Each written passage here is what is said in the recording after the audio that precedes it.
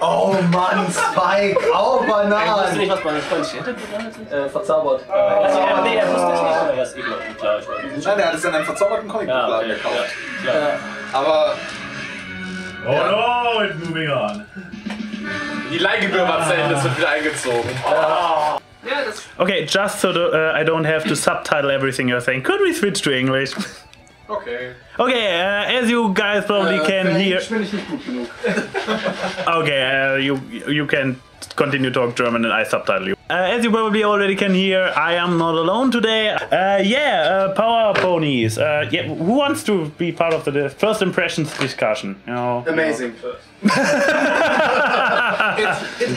It had many good moments, but some really bad ones. Yes. The ending for me, the explanation. I mean, it's the usual problem. It's a 22-minute episode. It would have been fine if they just didn't go to a store for enchanted comics. But as we said earlier, if the author on which it lay down would have been enchanted, that would have been fine. I would totally be okay with it. But no, it has to be a magic shop for comic books. Especially comic books, not even books as a whole. No, just for children, for little fillies, for little dragons, comic books. No. Which parent would buy his child or her child a fucking enchanted comic book? That makes sense. I would. If I had the chance. This is for parents who like their kids. Dude, don't take this. This is for brony parents. When we become parents at some point, God have mercy on our children's souls. we would come across a comic book shop who would have MLP comics, the mini-series, Enchanted. I would totally... Well, okay. This was an action comic. The probability that a little child would solve everything the main six just did goes to 0. There's no chance. None. If you're a little filly, you're doomed. Well, and I think the main problem is that Cool. Come on, the first time with the main event was pretty amazing, this pun. But the later one, not so much. Well, we can say they kept trotting on. Wow. Oh, bad pun is bad. Too much. Yes, too much. I think I say it's too much. It would be perfect when they used the plot point of the setting that we say, okay, it's the Everfree Forest with it magical, or the magical, what even in the magical world of magical talking ponies is still magical.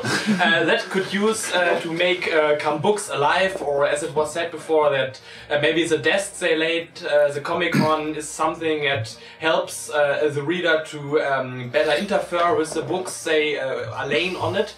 Okay. Yeah, but the thing is, I actually don't have a problem because this episode was pretty much going nuts, having fun, and going with so many cliches. I didn't even have. Yes, in a more serious episode, I would have had a problem with the enchanted comic book store. But for me, it's an episode he's really made for bronies. Yes, not for children. In my opinion, I see a little child don't see the.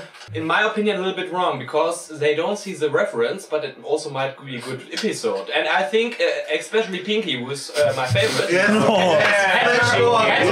the best episode since the whole season 4.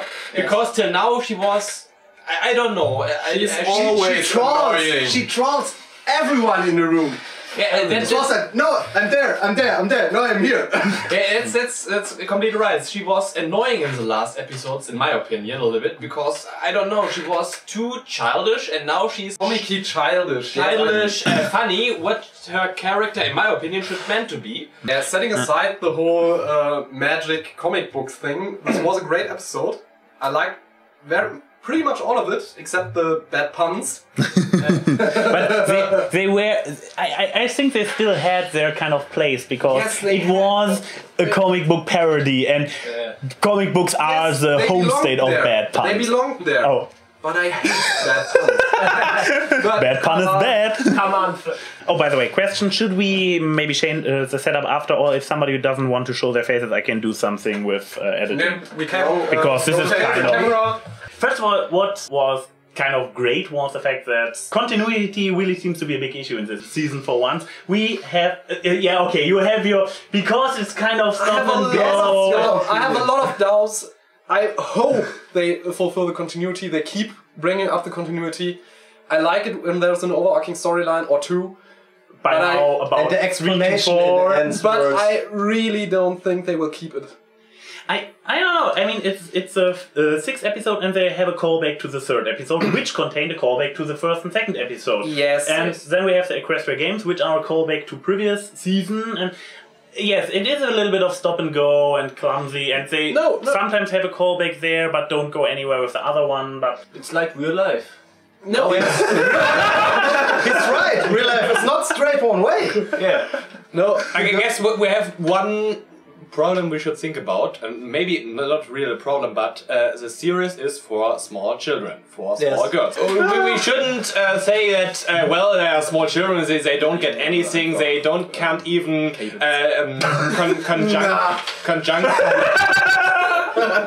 they can't even connect some episodes with each other, so every episode has to be a standalone. this was the case in season 1 and 2, and in part season 3, since they didn't go anywhere with the overarching story. The best you got was a callback in the 2nd season to something that happened at some point in the 1st season. Well, and at the gala was the first Yes, season. okay. When they had the third episode, this is when what I the liked. ticket was. But in between the 3 episodes which were concerned with it, the Ticketmaster, Secret of my this is the 2nd season, this is the one with Spike. Tommy will kill me that I can't remember the name of this episode. Future for Success. It was close. And the gala, of course, there were 3 episodes connected, but except the connection between those particular 3 episodes, there was no connection. Yeah, at all that's in what the I liked. season. When I saw this episode and I looked to the next, I can't understand what's going on there. I have been all about continuity for a long time, and I was like, oh, I want continuity! So for me, it is great! It's my opinion. I can see the issue that for people who like the old format of independent episodes, that it became kind of a degradation of the show with this change. But for me personally, it's like, yay, paradise! I would love it if they keep bringing up the continuity. But I have my doubt that they can do it in a good way. Not just with a throwaway reference each other episode. Because we have no precedence that they can deliver at this point. The castle restoring this was pretty much the whole continuity thing I wanted to address, but we have to see where it goes, and too bad for the people who enjoy it, I guess. You are screwed. Well, there are still over 50 episodes you can watch without any. No problem. They screw it up. No problem. Again, about this episode, what I thought was kind of curious, it had 3 writers, including Megan McCarthy, and I believe 2 new ones. The names didn't ring a bell.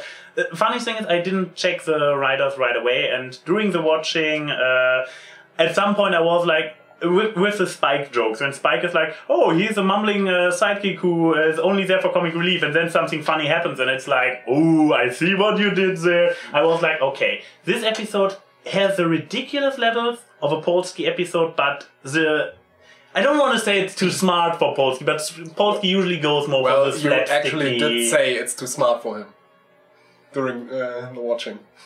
No offense, Dave! Wait, there's a camera. No offense, Dave! No, but it's a different kind of humor Dave Polsky usually uses. It's more the slapstick. Here it was this kind of... It was self-referential, and that was funny at moments. I like that they didn't overdo it. When they did it the 3rd time, I was like, I hope they don't do it too much, but actually it was transitioned over into the actual purpose of the episode that Spike discovers his own value. Oh, it's the 2nd Discover Your Own... The 3rd Discover Your Own Value episode in a row. Oh my god, it was the first good Spike episode ever. Yes, it was. Yes. Oh my! I totally agree. But for guys, talk for a moment. I need to celebrate this. Well, epiphany. He's in heaven now. Nobody talks about. Now it's our show. Good good Spike episode. Medic. Well, the thing is, Spike was the main character of this show, but It felt not really. It didn't get. I felt he didn't get as much attention own as development needed. I feel that all the fun, all the puns, all the comedic circumstances overshadowed a bit of Spike's development in this episode. It was a little bit. Well, Fluttershy was the one who did the last action, and well, you can't say he saves the day because everyone did something, and every pony or whatever, and it was good because it shows everybody had to do it. But it was Spike who started. Yes, but I don't. Without him, nothing's gonna work. I don't want to say that it wasn't a Spike episode. It pretty much was, and it was the best one yet. But he had to share the spotlight with all the main 6. Exactly. Well, a little bit like that one Applejack episode which get overshadowed by Derpy, where everyone, Applejack get her first episode. The Applejack episode where she isn't even in the episode for half the time because the other guys had to catch her down. First 3 minutes there was Derpy and everyone say, oh, well, it's Derpy. Who was Applejack again? Some kind of background character. Let's move on to the main character, Derpy. And I personally had no problem with that. Applejack is my favorite background character. This is not AnY approved. Sadly, it does remind me a bit of the last roundup, where Applejack didn't have nearly as much screen time as she deserved to in her own development episode. In the last roundup, the problem was Applejack wasn't there. Here it was, Spike was there to be funny. And a little bit of development, but mostly to be funny. Which makes for a good episode, but not so good if you want to develop the character. And it was a little bit like, well, it was, at the most, it was Batman and Robin, I would say. Why not Batmare and Dragon? It's the new villain of the first episode, of the first season. We already have the new villain. No. It's not a villain. It's not a villain. It's just in the comic. Yeah. She will leave the comic and she will become the main villain. She has the key for the chest. For the chest? Okay. But now we take everything. Yeah. I think that would be way too much for a children's cartoon series, whatever. Well, it reminded me a little bit of this holodeck episodes of Star Trek. When everything, they do something and it's very important and just one survived, and in the end it was just a holo program and everything, or a dream sequence and other. What I personally liked about that episode, when it started with a prelude before the intro scene, and it was like, okay, they talk about this whole comic book, now one is dreaming of it. I actually was thankful that it was a magical comic book. I liked that it wasn't a dream. Yeah. And it really helped to put the setting of these... To pull you in the story. He didn't like bad puns, did he? More bad puns, please. Did they all break the fourth wall? No, by breaking into? Is that two? Or is just breaking out? It's like a second wall, maybe. It's like very good comments. The fourth wall, if anything, it's the fifth wall. It's actually the fifth wall because they do realize that they are in a medium. The fourth wall is that you do realize there is an audience you can talk to, because the three walls are the walls of the classic theaters or left and the fifth wall is interacting with it all. The fifth wall is having meta-knowledge. Having meta-knowledge which is beyond that there is an audience you can talk to. It is like... you know that you're in an act... yes. A famous example is that William Shatner in another series about lawsuits or something, comedy series, when there, Boston Legal. Yeah, it could be Boston Legal, and he made a reference to something, to a Star Trek episode. So because he referred to the fact that he is in his character, he referred to the fact that he is an actor, and referring to another role of him. Even so that is not possible within the continuity. The fourth wall has an actual physical explanation. The fifth wall is just like, we take it one step further. And now you know. And knowing is half the battle. My trousers are vibrating. Something is vibrating. So, final statement about the first impressions. Very fun episode, an episode which was not going into the depths, but it was... from a fun aspect, it was a fantastic comedy episode. It was probably the best Spike episode I have seen so far. I really enjoyed the setup, the ideas. As a comic book nerd, I was also like, oh god, it's great. I really enjoyed all the puns, and from the laughter throughout the episode, I have the feeling you guys enjoyed it as well. And may I say a last point, or is it over? if you have a really, really great last point, please go ahead. Last one might be, are superheroes needed in a magical world like MLP, the MLP universe? Somebody get on to this question. Something else? The main event has ended! This is AnY saying, see you soon.